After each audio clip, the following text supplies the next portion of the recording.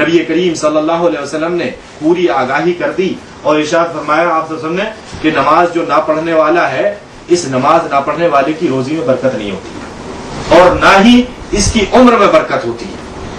نماز نہ پڑھنے والا جو ہے اس کا حشر مسلمانوں کے ساتھ نہیں ہوگا، بلکہ کس کے ساتھ ہوگا؟ قارون، حامان، فرعون، ابو جہل، ابو لہب، ان کے ساتھ میں اس کا حشر ہوگا، بے نمازی کا۔ بے نمازی کے بارے میں بہت کچھ نبی کریم صلی اللہ علیہ وسلم نے ارشاد فرمایا۔ ہم ذرا آپ صلی اللہ علیہ وسلم دیکھیں نماز، آپ صلی اللہ علیہ وسلم نے ارشاد فرمایا قرۃ عینی فی الصلاۃ، کہ میری آنکھوں کی ٹھنڈک جو ہے وہ نماز میں ہے۔ اور ہمارے یہاں جو کہ رسول اللہ صلی اللہ علیہ وسلم سے محبت کا دعویٰ کرتے ہیں، وہی لوگ نماز کو سب سے زیادہ ضائع کرتے ہیں، نماز نہیں پڑھتے ہیں۔ نبی کریم صلی اللہ علیہ وسلم کی جب وفات ہوئی تو اس وقت آپ صلی اللہ علیہ وسلم کے ہونٹ ہل رہے تھے۔ جب دھیان سے سنا تو آپ صلی اللہ علیہ وسلم ارشاد فرما رہے تھے کہ الصلاۃ الصلاۃ الصلاۃ وما ملکت ایمانکم الصلاۃ۔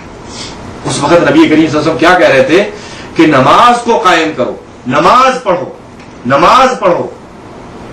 کیوں؟ اس لیے کہ آپ صلی اللہ علیہ وسلم نے ارشاد فرمایا کہ میری آنکھوں کی ٹھنڈک نماز میں۔ اچھا، اب نماز تو پڑھنے لگے، کیا نماز جیسے دل چاہے ویسے پڑھتے کرو؟ کہ جیسے ہمارا دل چاہا، ہمارے مولوی نے کہہ دیا کہ ایسے نماز پڑھو ویسے ہی نماز پڑھنے لگے، کسی نے کہہ دیا کہ بھئی ایسے نماز پڑھو ویسے ہی نماز پڑھنے لگے؟ نہیں، بلکہ کوئی بھی عمل، جس عمل کو آپ کو کرنا ہے عبادت کے بارے میں، ہر عمل کو ہم کو کس کو دیکھنا ہے؟ نبی کریم صلی اللہ علیہ وسلم کو دیکھنا ہے۔ کیوں؟ اس لیے نبی اور رسول کس لیے آتا ہے اس دنیا میں؟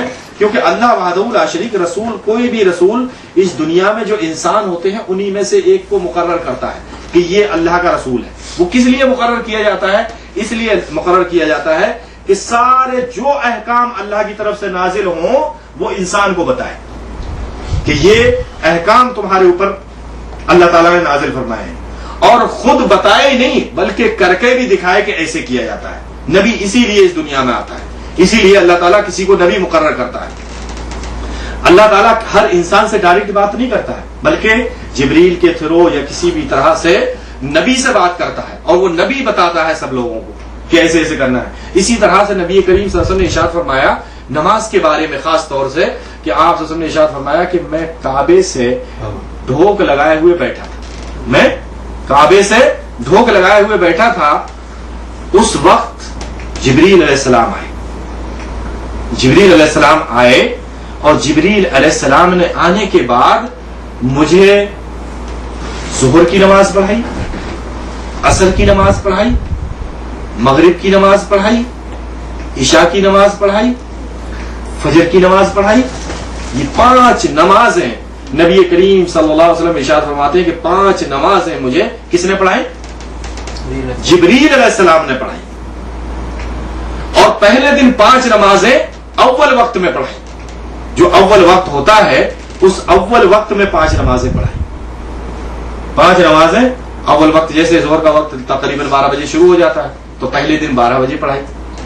اسی طرح سے عصر کا وقت تقریباً 3 بجے شروع ہو جاتا ہے، پہلے دن 3 بجے پڑھائی۔ تو پہلے دن ساری نمازیں اول وقت میں پڑھائیں، اور اگلے دن جب نمازیں پڑھائیں تو ساری نمازیں آخری وقت میں پڑھائیں، اور کہا کہ اے محمد صلی اللہ علیہ وسلم یہ ان نمازوں کے بیچ میں تمہاری نماز کا وقت ہے۔ جیسے ظہر کی نماز دوسرے دن تقریباً 3 بجے پڑھائی جب ظہر کا وقت ختم ہوتا ہے، اور کہا کہ یہ 12 سے 3 کے بیچ میں یہ تمہارا ظہر کی نماز کا وقت ہے۔ نماز کے وقت بتائے، تو جب نماز کے وقت بتائے تو نبی کریم صلی اللہ علیہ وسلم نے نماز بھی دیکھی کہ جبریل علیہ السلام نے کیسے نماز پڑھائی ہے۔ اب آپ صلی اللہ علیہ وسلم مدینہ منورہ میں نماز کی طریقے کی اہمیت دیکھیں کہ مدینہ منورہ میں نبی کریم صلی اللہ علیہ وسلم ہے، اور آپ صلی اللہ علیہ وسلم ممبر پر کھڑے ہوتے ہیں، ممبر پر کھڑے ہوتے ہیں، اور کھڑے ہونے کے بعد نماز سکھاتے ہیں اور کہتے ہیں کہ نماز پڑھائی آپ صلی اللہ علیہ وسلم نے باقاعدہ جس طرح سے نماز پڑھتے ہیں، اور منہ کدھر کیا؟